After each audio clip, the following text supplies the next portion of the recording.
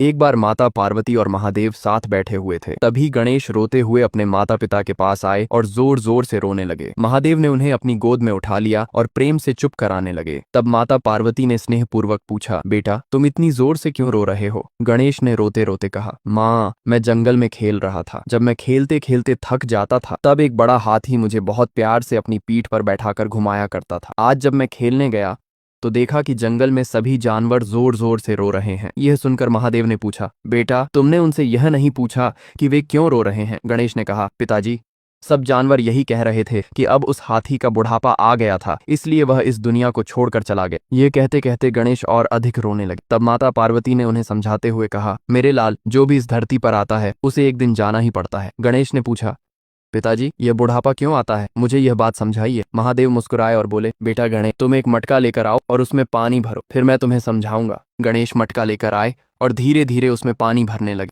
थोड़ी देर बाद मटके से पानी बाहर बहने लगा। तब महादेव ने कहा, अब इस मटके से पानी बाहर निकालो। गणेश ने मटके से पानी निकाल दिया। तब महादेव बोले, बेटा तुम बहुत बुद्धिमान हो, अब तुम्हें यह बात समझ में आ गई होगी। गणेश ने अपने आंसू पोंछे, महादेव की गोद में बैठ गए और बोले, हाँ पिताजी मैं समझ गया। जैसे मटके में पानी भर जाता है और अधिक भरने पर पानी बाहर निकलने लगता है, उसी तरह यह सृष्टि भी एक मटके के समान है। जब सृष्टि में जीव जंतुओं की संख्या बहुत बढ़ जाती है तब संतुलन बनाए रखने के लिए बुढ़ापा आता है और जीवों को यह सृष्टि छोड़नी पड़ती है। जैसे जैसे जीव इस सृष्टि से जाते हैं वैसे वैसे नए जीव जन्म लेते हैं, जिससे सृष्टि संतुलित बनी रहती है। फिर गणेश ने पूछा, लेकिन पिताजी जब कोई जीव इस सृष्टि को छोड़ता है तब उसके पीछे सब लोग जोर जोर से क्यों रोते हैं? यह बात मुझे समझ में नहीं आती। महादेव ने मुस्कुराते हुए कहा, बेटा गणेश लोग इसलिए रोते हैं क्योंकि जब किसी का अंतिम संस्कार होता है तब वे दुख में रोते हैं। यही दुख की भावना अगले जन्म के साथ जुड़ी रहती है। इसलिए जब कोई जीव इस धरती पर जन्म लेता है तो वह रोते हुए आता है, क्योंकि उसे कुछ भी याद नहीं रहता, केवल वही भावना साथ आती है। यह सुनकर माता पार्वती ने गणेश को अपने गले से लगा लिया। तब गणेश ने कहा, अब मैं सब कुछ समझ गया पिताजी। फिर भी गणेश हल्के हल्के रोने लगे,